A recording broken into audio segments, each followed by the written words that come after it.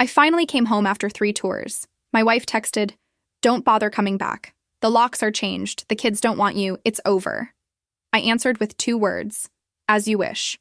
Then I made one call to my lawyer. Within 24 hours, I had 19 missed calls, her lawyer yelling, "You had no right to do that with her." This isn't just a story about divorce. It's a story about a man pushed to his absolute breaking point, only to find the coldest, most calculated resolve imaginable. It's about betrayal so deep it could shatter a lesser man, and the chilling, meticulous revenge that followed. I remember it like it was yesterday, though it feels like a lifetime ago. The oppressive July heat hit me the moment I stepped off that military transport at Fort Benning.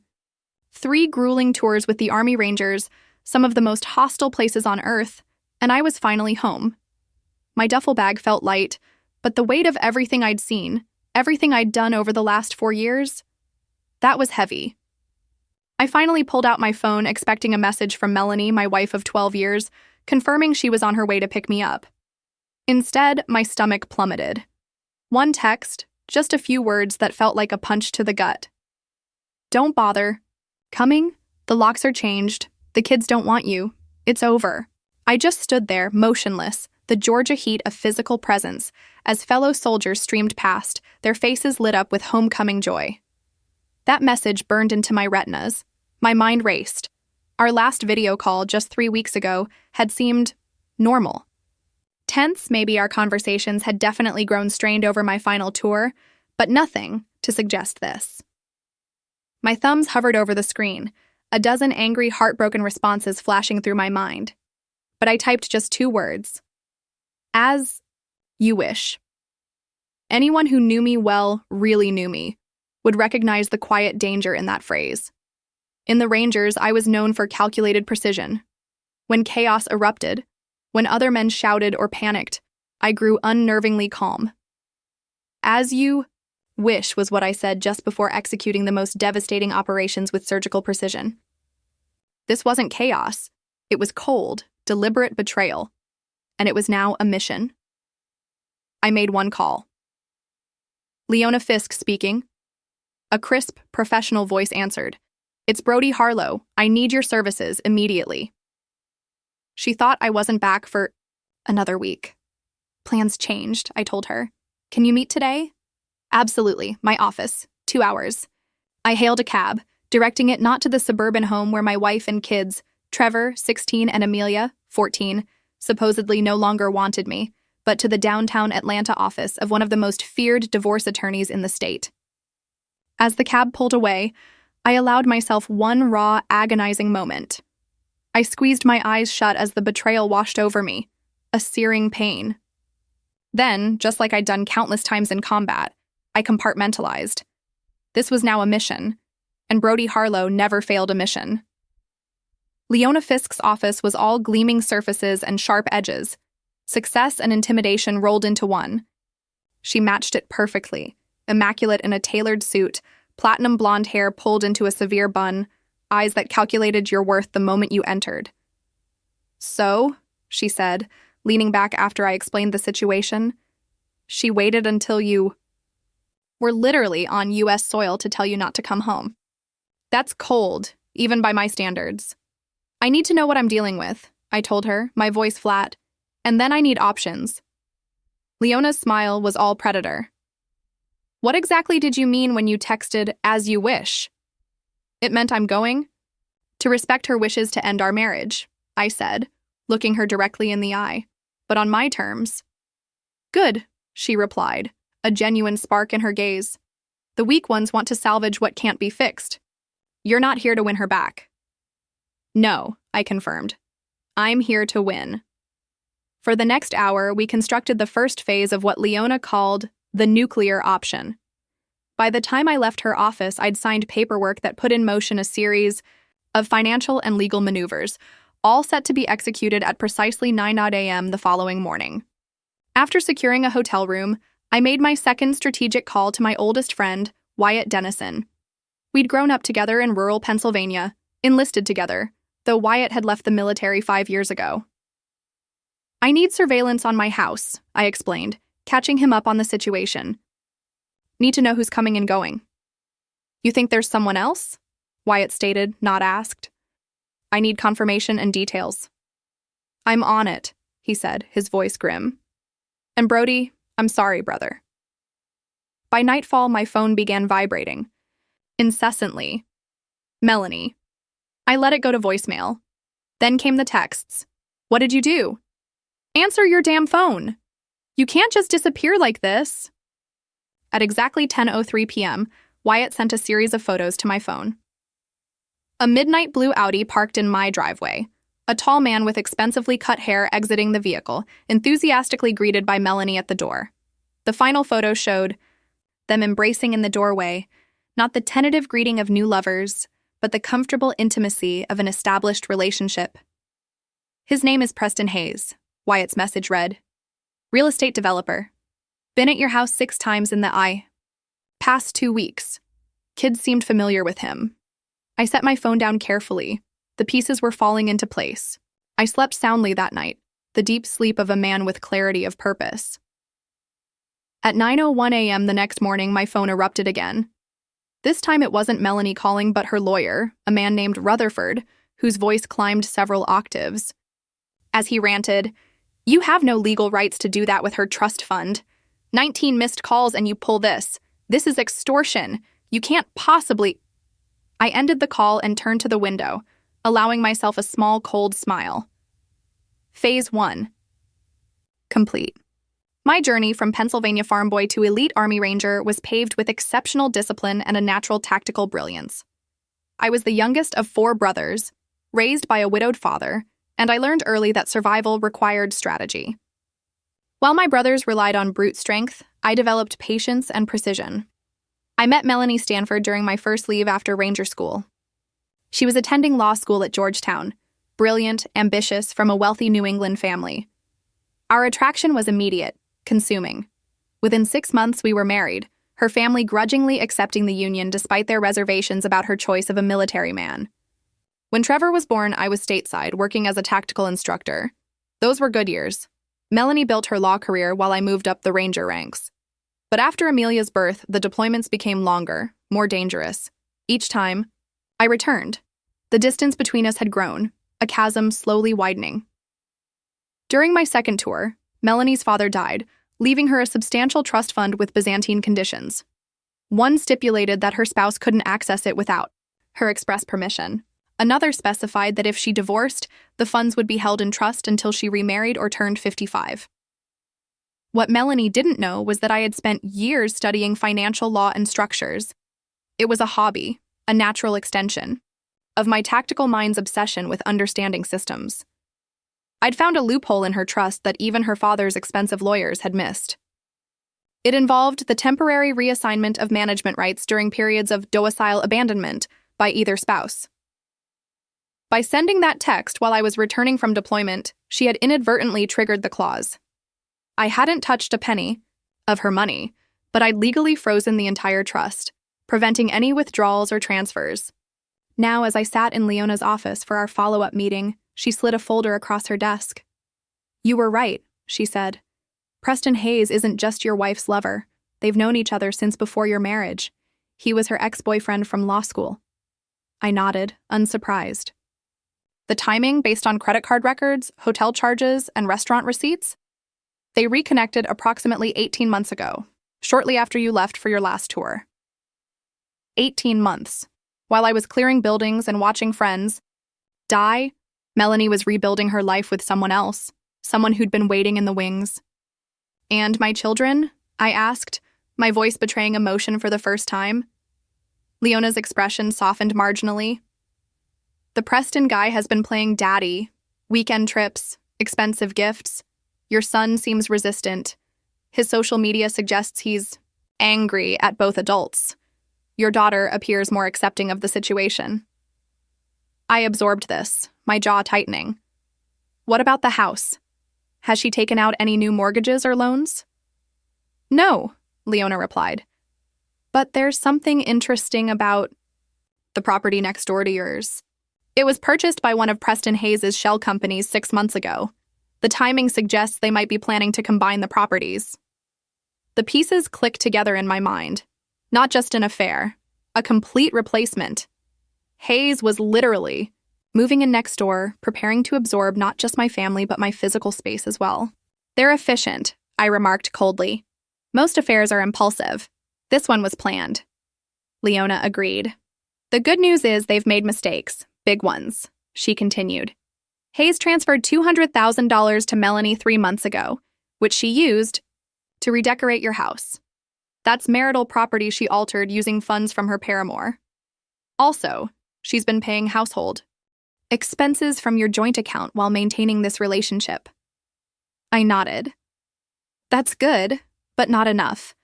I need you to find me something that will give me leverage regarding the children. Leona raised an eyebrow. The courts typically favor mothers. The courts favor stability and safety, I corrected. Find me something that proves she can provide neither. As I left Leona's office, my phone buzzed with a text from Wyatt. Got something big. Meet me at the usual place. The usual place was a small diner on the outskirts of Atlanta where we'd often met during leaves. As I entered, I spotted Wyatt in a back booth, his posture still military straight despite his civilian clothes. How bad? I asked, sliding into the booth. Depends on your definition, Wyatt replied, pushing a small flash drive across the table. Your wife and her boyfriend have been plotting more than just playing house.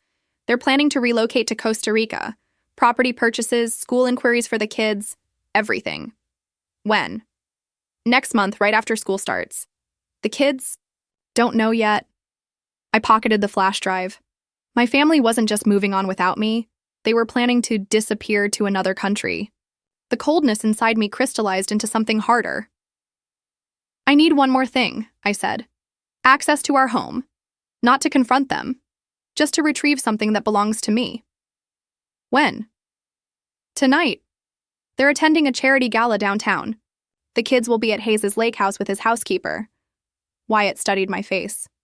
Brody, whatever you're planning is necessary, I finished for him. Are you with me or not? Our eyes locked in silent communication, the kind forged in combat. Always, Wyatt finally said. But remember who you are. My smile didn't reach my eyes.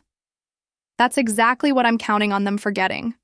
The house looked exactly as I remembered it from the outside, a spacious colonial in an exclusive suburb. Inside, however, everything had changed. Gone were the comfortable leather couches I'd selected, replaced by sleek modern furniture in cool grays and blues. Family photos had been removed, the walls now adorned with abstract art. It was as if Melanie had attempted to erase any evidence of our life together. I moved silently through the transformed space, cataloging the changes with detached precision. In the home office, I found what I was looking for, a hidden wall safe behind a painting. The combination was Trevor's birthday, just as I'd left it. Inside was a small fireproof box containing my grandfather's medals from World War II, documents from my military career, and a sealed envelope. I took only the envelope, leaving the rest untouched. As I turned to leave, I noticed something on Melanie's desk, architectural plans. I photographed them carefully. Detailed renderings for connecting our property with the house next door, creating one massive estate. The plans were dated 14 months ago, 4 months into my last deployment. Before leaving, I made one last stop at my children's rooms. Trevor's remained much as I remembered. Sports trophies, gaming posters, organized chaos. On his desk was a framed photo that made me pause. Myself and Trevor on a fishing trip 3 years ago, both smiling widely. It was the only photo of me remaining visible in the entire house. Amelia's room had transformed completely, now decorated, in sophisticated purples and silvers that made it look more like a college student's apartment than a 14-year-old's bedroom. On her bulletin board, I spotted concert tickets, school awards, and a photo of Amelia, Melanie, and Preston at what appeared to be a ski resort. They looked like a perfect family unit. I left as silently as I'd entered, the house keys I'd used, keys that supposedly no longer worked, placed deliberately on the kitchen counter where Melanie would find them. The next morning, I met with Harris Bentley, a former intelligence officer turned private investigator whom Wyatt had recommended. I need everything on Preston Hayes, I explained. Not just the surface level. I need to know what he's hiding. Harris, a slight man with penetrating eyes, nodded. Everyone's hiding something. How deep do you want me to go? All the way. While Harris conducted his investigation, I executed the next phase of my plan. I contacted Trevor's lacrosse coach, arranging to accidentally run into my son after practice. When Trevor emerged from the field house, he stopped cold at the sight of me. Dad? The teenager's voice cracked. Mom said you weren't coming back. I'm here, son, I said simply. Trevor's face cycled through shock, confusion, and then anger. Where have you been? It's been 4 days since you landed. I needed to get some things in order first. Your mother made it clear I wasn't welcome at home. Trevor looked away. She said you abandoned us, that you chose the Rangers over us. Is that why you didn't want to see me? I never said that. Trevor's head snapped up. She told us you wanted a clean break, no messy goodbyes. I kept my expression neutral despite the surge of anger. I see. Are you and Mom getting divorced? It seems that way. Trevor kicked at the ground. Because of Preston, partly. I hate him, Trevor muttered. He acts like he's doing us all this big favor. Amelia buys it, but I don't. We talked for 30 minutes, careful not to disparage Melanie, while still establishing that many of Trevor's assumptions were based on lies. When Melanie's SUV pulled into the parking lot, I stood. I have to go, but Trevor, whatever happens between your mother and me, I'm still your father. That doesn't change. As I walked away, Trevor called after me. Dad, are you just going to let him take everything? I turned, my expression unreadable. No, son, I'm not. Later that evening, Harris Bentley delivered his preliminary findings. Preston Hayes is legitimate on paper. Successful developments, clean record, respected in the community, but there are inconsistencies. He listed them. 3 former business partners who suddenly sold their shares for pennies on the dollar, a building inspector who changed career, paths after approving one of Hayes's controversial properties, and most interestingly, a pattern of targeting wealthy, married women as investors while their husbands are otherwise occupied. I leaned forward. Explain. He courts women whose husbands are frequently absent, military, international business, politics, becomes their friend, confidant, then business advisor. Eventually, the husband is gone permanently, divorce usually, and Hayes remains with access to the family's wealth through the woman. And the move to Costa Rica? Harris's expression darkened. That's where it gets concerning.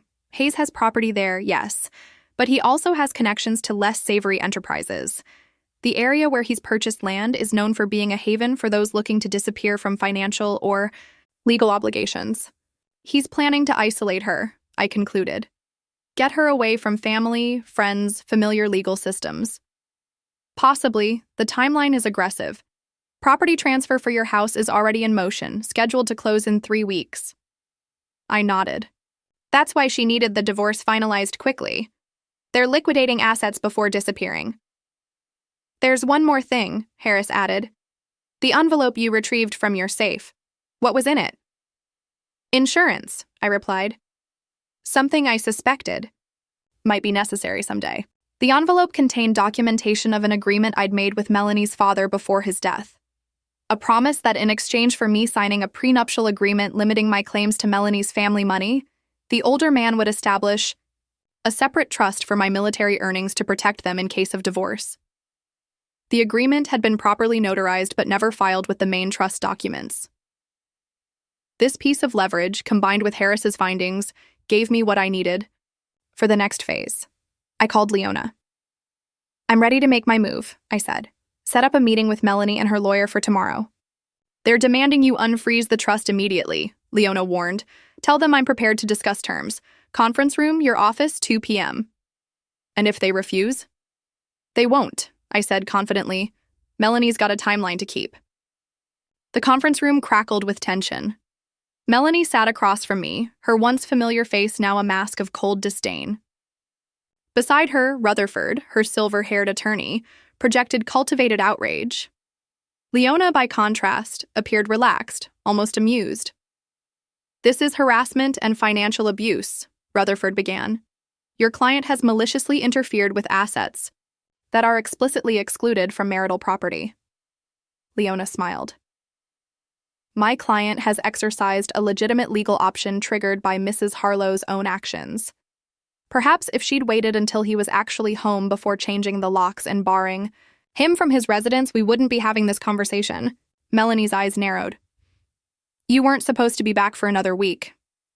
It was the first time she directly addressed me, her voice tight, controlled.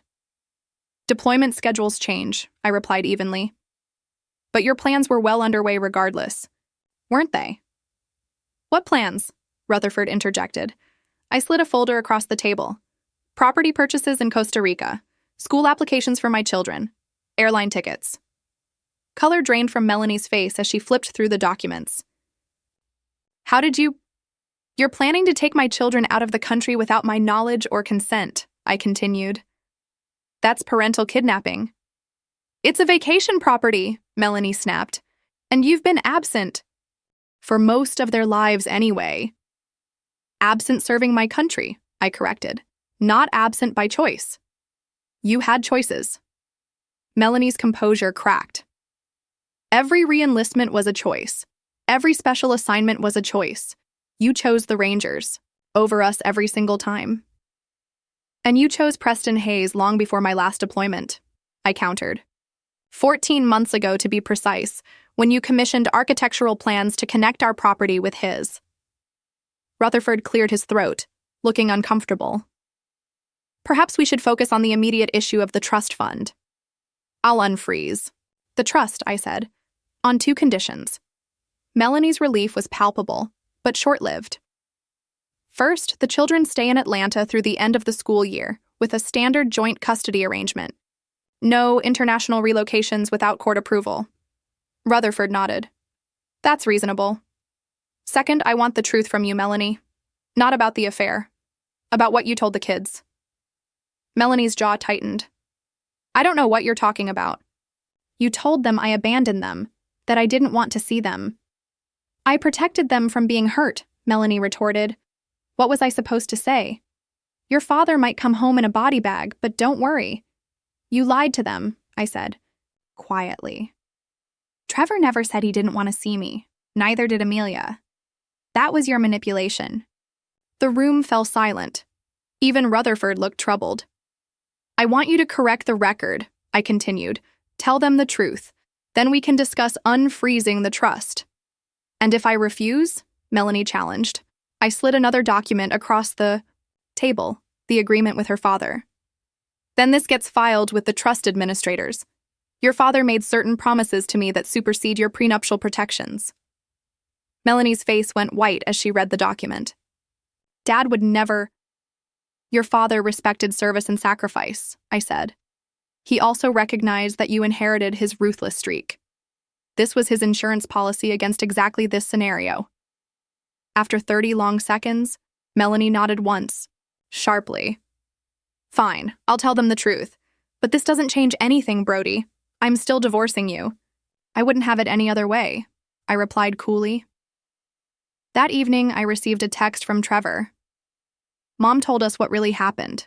Why didn't you call us yourself? I replied, I needed to be certain I could be part of your lives before making promises. Are you back for good now? Came the response. Yes. No more deployments. A long pause. Then, Amelia's mad at Mom. She's crying in her room. My chest tightened. Tell her I'll see you both this weekend. My place. You have a place? I will by Saturday. The next phase was accelerating faster than anticipated. I needed to secure a residence and establish stability quickly. But first, I needed to neutralize Preston Hayes. Harris Bentley's deeper investigation had uncovered concerning patterns. Hayes's business model involved a sophisticated form of real estate fraud, buying properties through shell companies, inflating their values through cosmetic improvements and manipulated appraisals, then selling them to investment groups that included his romantic partners or their family trusts. It's not technically illegal if everyone knows what they're investing in, Harris explained, but Hayes obscures critical details. 3 of his previous romantic partners lost millions before realizing what happened. And Melanie? She's already invested $1.2 million from her trust in his latest development, the one in Costa Rica. The property exists, but the permits, infrastructure, and projected values are all smoke and mirrors. I processed this information. So his plan is to get her and her money to Costa Rica, where U.S. financial regulations don't apply? Exactly. And once there, with no support system, she'd be completely dependent on him. I need evidence that will stand up in court, I decided. And I need to move quickly. What are you planning? Harris asked. To give Preston Hayes exactly what he wants, I replied. Or at least what he thinks he wants. Preston Hayes had built his life on calculated risks and the ability to read people. He prided himself on identifying vulnerabilities and exploiting them with finesse. So when Brody Harlow, the inconvenient husband who was supposed to be dispatched through a quick, clean divorce, requested a private meeting at Hayes' downtown office, curiosity overcame caution. Mr. Harlow, Hayes greeted me with professional cordiality, rising from behind his imposing desk. This is unexpected. I took in the man who'd been sleeping with my wife, tall, athletic, but soft around the edges, with the practiced charm of someone used to getting his way. I thought it was time we spoke directly. Man to man, I appreciate that. Hayes gestured to a chair. Though I'm not sure what there is to discuss. Melanie has made her decision. That's precisely why I'm here, I said, remaining standing. To acknowledge that decision and propose a solution that benefits everyone. Hayes' expression revealed nothing, but his posture shifted subtly. I'm listening. You want Melanie? You want my house? You want my family? I stated flatly. I've accepted that. But the current approach, the lawyers, the court battles, will drag on for months, possibly years. Nobody wins. What exactly are you suggesting? A clean break. I sign over my interest in the house. I agree to the divorce terms. I even support your relationship. I forced the word out. In exchange, I want guaranteed access to my children and a financial settlement that reflects my contributions to the marriage. Hayes studied me, searching for the trap. That's surprisingly reasonable. Melanie described you as uncompromising. Military service teaches you to recognize unwinnable battles, I replied, and to strategically reposition. I see. Hayes leaned back. And what would this financial settlement entail? $2 million, a fraction of what prolonged litigation would cost you. You seem very confident about what litigation would cost me, Hayes noted. I shrugged. I've done my research on everything. Something in my tone made Hayes pause for a brief moment. Uncertainty flickered across his face before his confident mask returned. I'll need to discuss this with Melanie. Of course, but this offer is time-sensitive. 24 hours. That's not much time for such significant decisions. I thought you were a man who knew the value of moving quickly on opportunities, I replied. After I left, Hayes immediately called Melanie, relaying the conversation. Unknown to either of them, Harris Bentley had installed surveillance equipment in Hayes' office the previous night, with the help of a building maintenance worker who owed Wyatt a favor. He's desperate, Hayes told Melanie. This is perfect. We can wrap everything up cleanly and be in Costa Rica before winter. It seems too easy, Melanie's voice replied through the speaker. Brody doesn't give up. He's a soldier, not a businessman. He's out of his depth. You don't know him like I do. He's playing some angle. Even if he is, what can he possibly do? The trust is unfrozen. The house sale is proceeding. We have everything. In motion. What about the children? Melanie asked. We'll honor the custody arrangement until we're ready to leave. By then, he'll be established in his new life, and the kids will prefer our situation anyway, especially with the private school.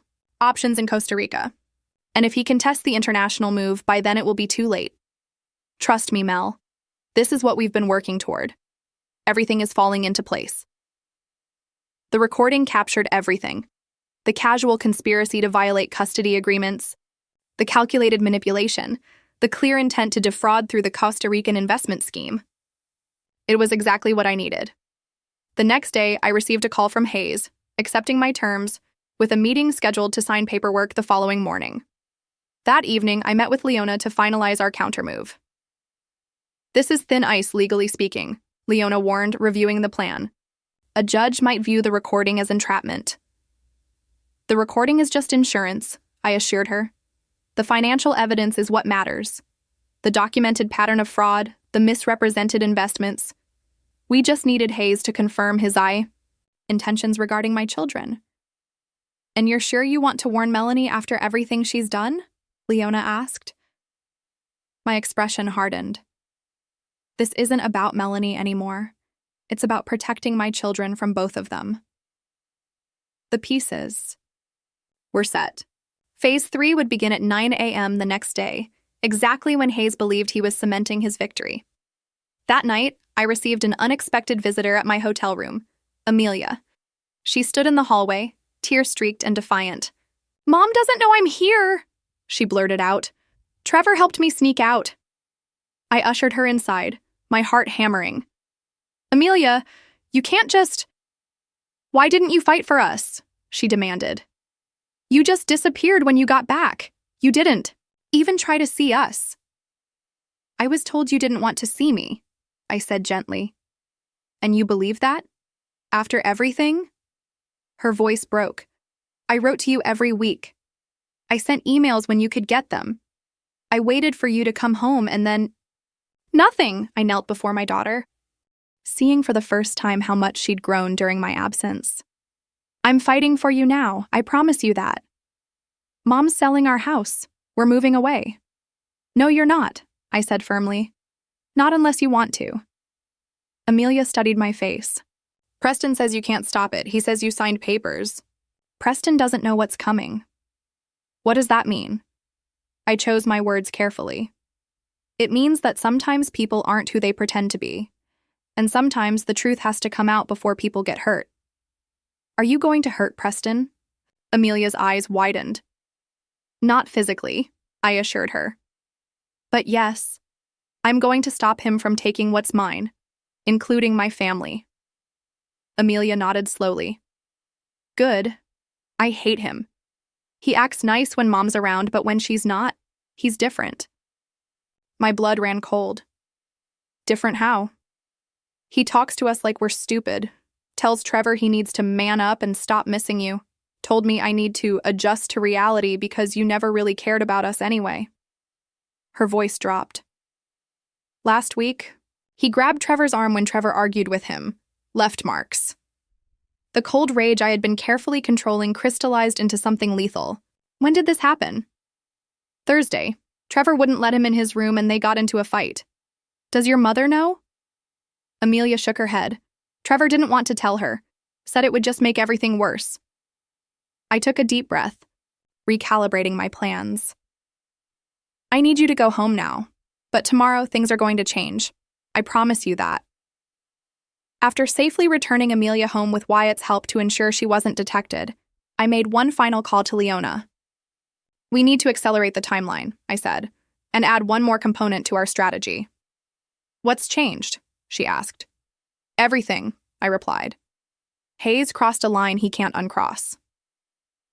The Hayes Development Group offices occupied the 27th floor of Atlanta's premier business tower, all glass chrome and calculated intimidation.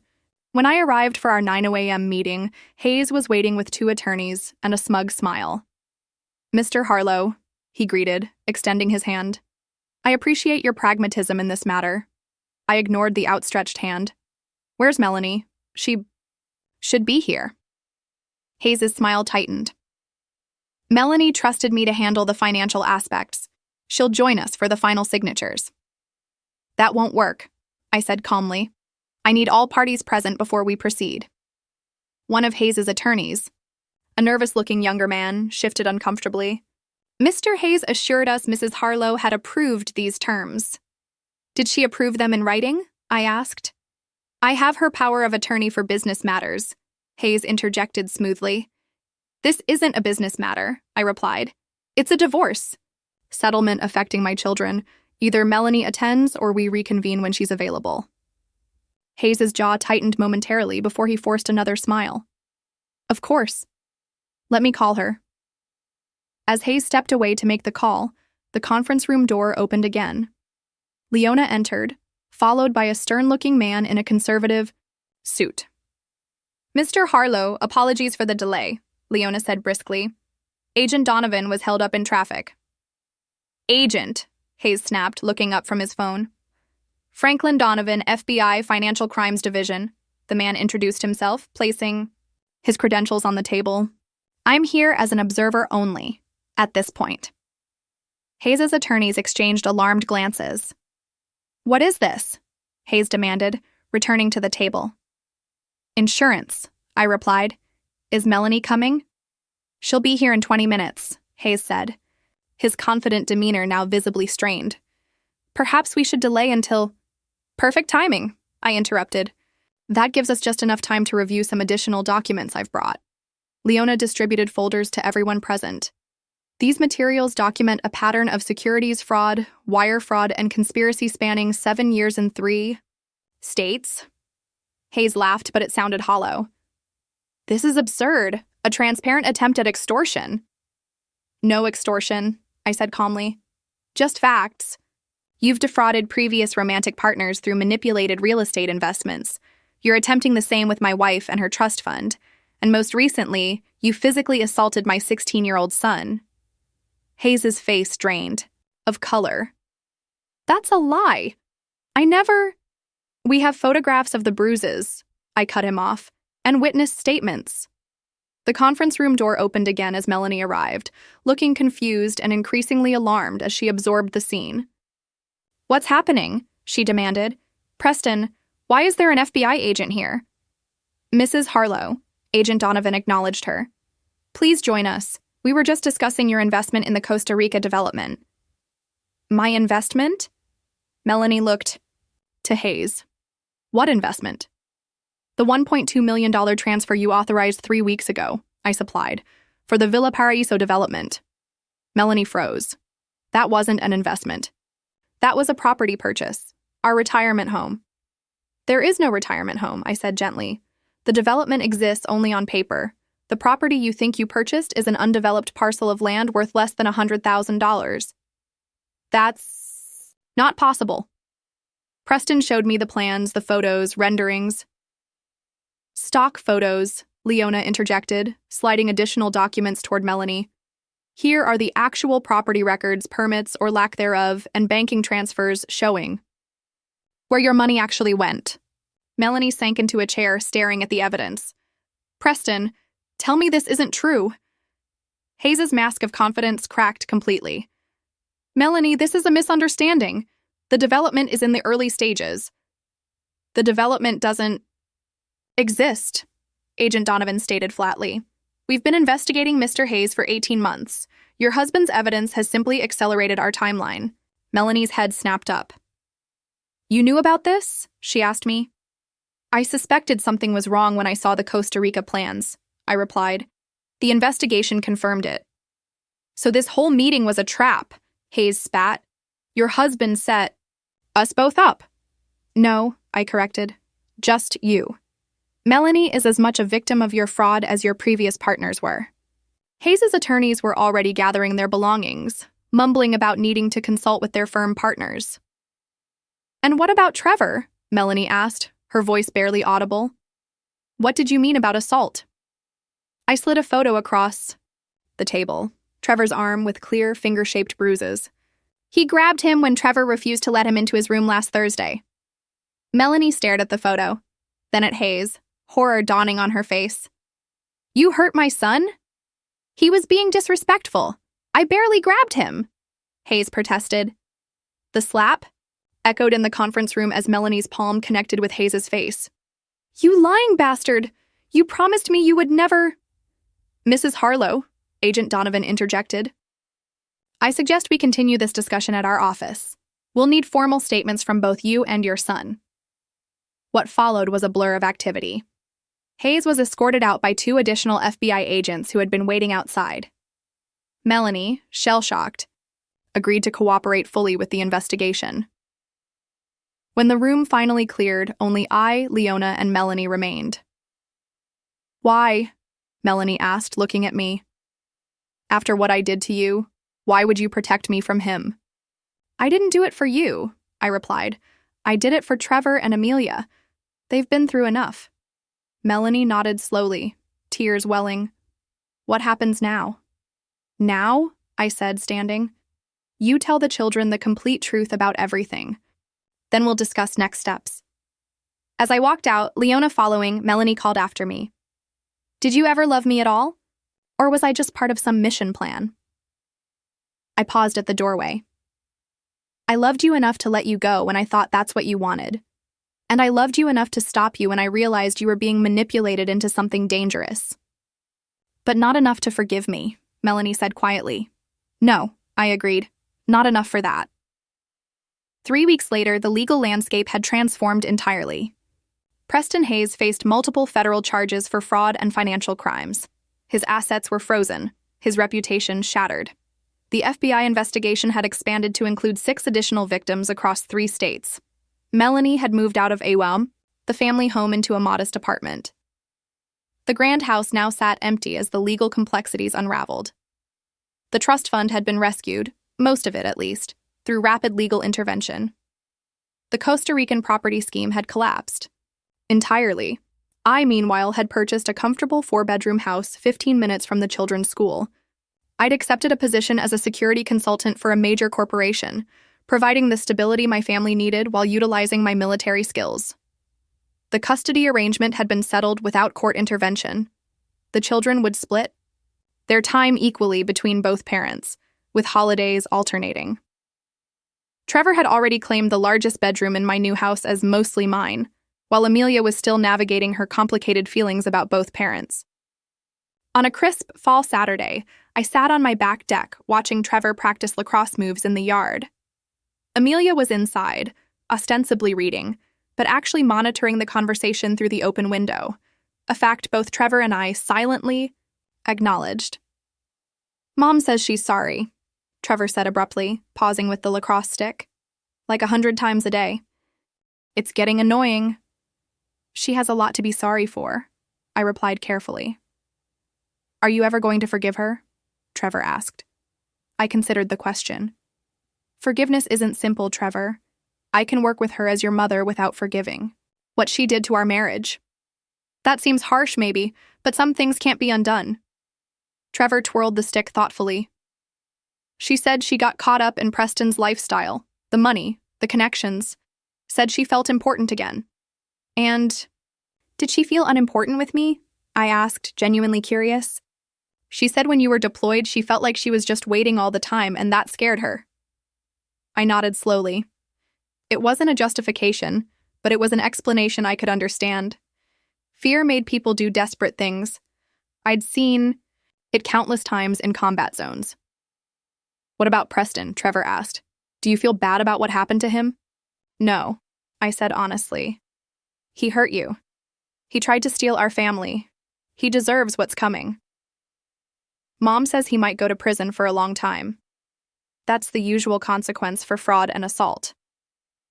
Trevor was quiet for a moment. I wanted to tell you about the arm thing, but I thought you wouldn't care anymore. The words hit me like physical blows. Trevor, look at me. There is nothing in this world that would make me not care about you or your sister. I will always protect you, always fight for you. Do you understand? Trevor nodded, blinking rapidly. Yeah, I get it now. From inside, Amelia called, Dad, Mom's here. Melanie stood awkwardly in the living room, dressed more simply than I'd seen her in years. Jeans, a sweater, minimal makeup. The sophisticated corporate attorney image had been replaced by something more authentic, more reminiscent of the woman I'd fallen in love with. I need to speak with your father alone, she told the children. Why don't you get your things for the weekend? When they were alone, Melanie looked around the house, warm, comfortable, already showing signs of becoming a real home. You've done well here. The kids seem comfortable, I acknowledged. They're happier than they've been in months, Melanie admitted. Trevor's grades are improving. Amelia is actually talking to me again. She paused. I owe you an apology. A real one, not just the legal maneuvering. You don't owe me anything, Melanie. I do. I let my insecurities and fears drive me into the arms of a predator. I betrayed our vows, lied to our children, and tried to erase you from our lives. Her voice cracked. And despite all that, you saved me. I saved our children, I corrected. You were collateral. Melanie flinched but nodded. Fair enough, but I am grateful and remorseful, more than I can express. I studied the woman I'd once built my life around. The anger that had fueled me these past weeks had burned down to embers. In its place was something colder, more permanent. Not hatred, but a fundamental severing. I accept your apology, I said finally. For the children's sake, we'll build a workable co-parenting relationship. But that's all it can be. I understand, Melanie whispered. I didn't come here expecting reconciliation. I needed you to know that I recognize what I threw away, and I'll regret it for the rest of my life. Before I could respond, the children returned with their weekend bags. The moment passed. The confession acknowledged, but not absolved. Later that night, after dinner and board games, both children asleep in their new rooms, I sat on my deck with a glass of whiskey. My phone buzzed with a text from Wyatt. How'd it go with Melanie? As expected, I replied. Apologies, regrets, the usual. And you're still holding the line? Some betrayals can't be undone, I wrote back. My phone rang almost immediately. You know, Wyatt said when I answered. Forgiveness isn't just for her. It's for you, too. I don't need forgiveness, I argued. I need clarity, and I have it now. Clarity, huh? Is that why you're sitting alone drinking whiskey at midnight? I smiled despite myself. I'm celebrating a victory. The mission is complete. Bullshit, Wyatt said good-naturedly. The mission was punishment. Now that it's done, you don't know what comes next. There was truth in that, I realized. The cold, focused purpose that had driven me since receiving Melanie's text had been fulfilled. Preston Hayes was facing justice. The financial schemes had been exposed. The children were safe and beginning to heal. But the emptiness remained. What do you suggest? I asked. Move forward, Wyatt replied simply. Not with Melanie. That ship has sailed. But with life. The war's over, brother. Time to come home for real. After hanging up, I considered my friend's words. The soldier in me recognized the wisdom. In combat, you completed the mission, honored the fallen, then prepared for the next objective. You didn't linger in the battlefield once it was secured. I looked up at the stars, the same stars I'd gazed at from desert encampments and mountain outposts. For the first time since returning, I felt the weight of my armor beginning to lift. Not forgiveness, not yet. Perhaps not ever, but the possibility of something else. Something new. 6 months later, the divorce was finalized. The terms were fair, negotiated without animosity. The custody arrangement had proven successful, with both children thriving under the stability of their new normal. Preston Hayes had accepted a plea deal, facing 8 years in federal prison with restitution requirements that would keep him financially constrained for decades. My security consulting firm had expanded, my military expertise proving invaluable in corporate settings. I'd added 2 more former Rangers to my team, creating a brotherhood of support that reminded me of what I'd valued most during my service. On a warm spring afternoon, I stood watching Trevor play in the state lacrosse championship. Beside me, Amelia cheered enthusiastically for her brother. On Amelia's other side, Melanie maintained a respectful distance from me, close enough to present a united front for our son, but far enough to acknowledge boundaries. He's really good, remarked a voice beside me. I turned to find an athletic woman with curly brown hair observing the game with professional interest. He works hard. At it, I replied. Scholarship potential for sure, she commented. I'm Vanessa, by the way, college recruiter for Northwestern. Brody Harlow, I said. That's my son, number 17. Great stick skills. Our conversation continued easily through the first half, Vanessa's knowledge of the game impressive. When halftime arrived, Amelia tugged my arm. Dad, I'm getting hot chocolate. Want some water for me? I replied, handing her a few dollars. Miss Harlow? Vanessa asked, gesturing to Melanie. Can I get you anything? Melanie looked startled at being addressed. Oh, no, thank you. And it's Stanford now. I've gone back to my maiden name. Mom, come help me carry everything, Amelia suggested, a transparent attempt to give her father space with the attractive recruiter. As they walked away, Vanessa smiled. Smart kid. Not subtle, but smart. I chuckled. They both think I need to get back out there, as Trevor puts it. And do you need to get back out there? The question was direct, her interest clear. 6 months ago, I wouldn't have recognized the opportunity, much less considered taking it. Now I found myself actually contemplating the possibility. I might, I admitted. Eventually. Vanessa nodded, respecting the measured response. Well, when eventually arrives, maybe we could get coffee. Talk about your son's lacrosse future, among other things. She handed me a business card, our fingers brushing briefly. I'm in town until Sunday. The game resumed before I could respond, but something had shifted. A door cracking open to possibilities I hadn't allowed myself to consider. After Trevor's team won in a nail-biting finish, the celebration spilled into an early dinner at the teenager's favorite restaurant. Melanie begged off, citing work commitments, leaving me alone with the children. Who was that woman you were talking to? Trevor asked between bites of burger. A college recruiter, I replied. From Northwestern. She was very impressed with your play. Dad? Trevor rolled his eyes. She gave you her number. For recruitment purposes, I maintained, though my slight smile betrayed me. You should call her, Amelia declared. She was pretty and she knew about lacrosse, so she's smart too. I'll consider it, I conceded. Later that night, after dropping the kids at Melanie's apartment, I returned to my empty house. I placed Vanessa's card on my desk, not yet ready, to act, but no longer automatically rejecting the possibility. My phone buzzed with a text from Melanie. Trevor can't stop talking about the Northwestern recruiter. Says, she might be the one for you. Just a friendly heads up that our son is planning your wedding despite himself. I laughed. Thanks for the warning, I texted back. I'll manage expectations. You deserve happiness, Brody, came Melanie's unexpected reply. I mean that sincerely. I stared at the message, unsure how to respond. Finally, I simply wrote, so do the kids.